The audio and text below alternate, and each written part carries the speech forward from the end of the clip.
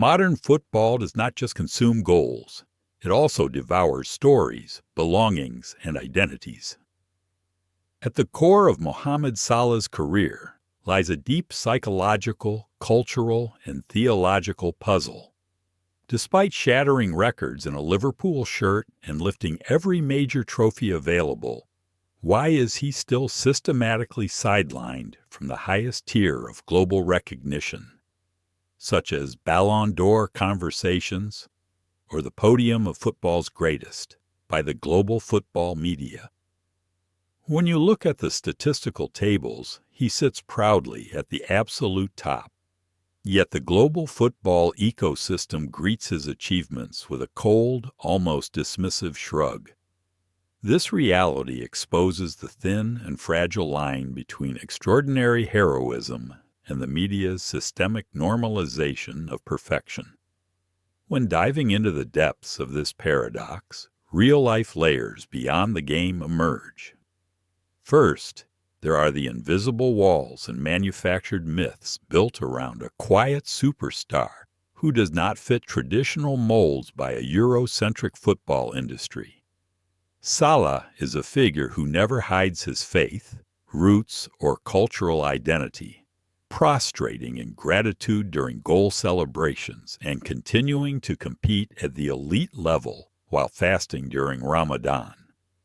Western-centric sports media struggles to integrate this profile, that of a flawless professional originating from the East, into its popular culture fairy tales and tabloid cycles, because Salah's stance completely contradicts the hedonistic and scandal-driven hero model that the industry loves to produce.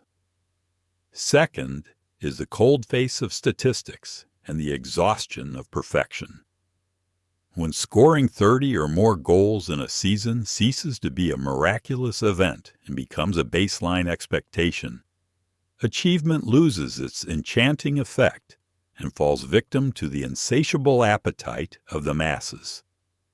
Finally, there is Anfield's golden cage.